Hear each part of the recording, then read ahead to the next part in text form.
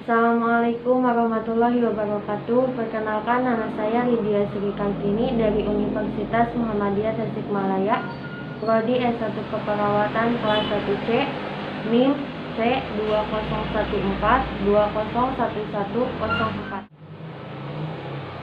Di sini saya akan mempraktekkan pada kasus OSCE dengan seseorang klien atau seorang pasien yang mempunyai keluhan sesak napas dan batuk produktif. Nah, langkah awal pada kasus ini, bagaimana caranya untuk mengatur posisi pasien? Maka kita atur posisi pasien dengan posisi semi Fowler.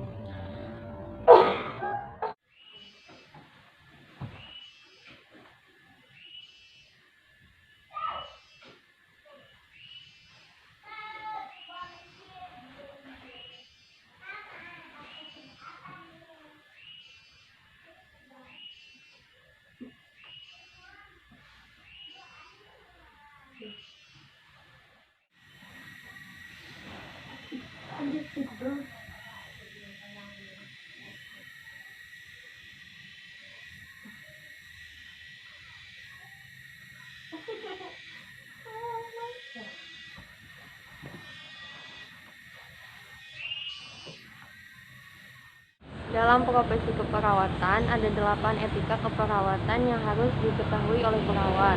Yang pertama itu autonomi atau kemandirian.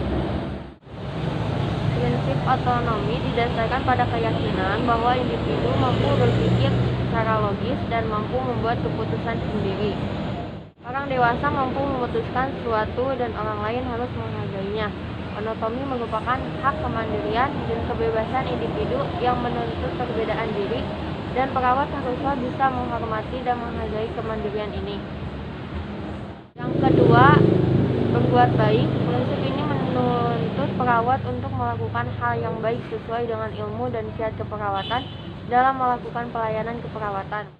Yang ketiga, keadilan. Nilai ini direfleksikan ketika perawat bekerja sesuai ilmu dan kiat keperawatan dengan memperhatikan keadilan sesuai standar praktik dan hukum yang berlaku. Yang keempat, tidak merugikan. Prinsip ini berarti seorang perawat dapat melakukan pelayanannya sesuai dengan ilmu dan kiat keperawatan dengan tidak menimbulkan bahaya atau cedera fisik dan psikologis pada klien. Yang kelima, kejujuran. Prinsip ini tidak hanya dimiliki oleh perawat, namun harus dimiliki oleh seluruh pemberi layanan kesehatan untuk menyampaikan kebenaran pada setiap klien untuk meyakinkan agar klien mengerti. Informasi yang diberikan harus akurat, komprehensif, dan objektif. Keenam, menepati janji. Tanggung jawab besar seorang perawat adalah meningkatkan kesehatan, mencegah penyakit, memulihkan kesehatan, dan meminimalkan penderitaan. Untuk mencapai itu, perawat harus memiliki komitmen, menepati janji, dan menghargai komitmennya kepada orang lain.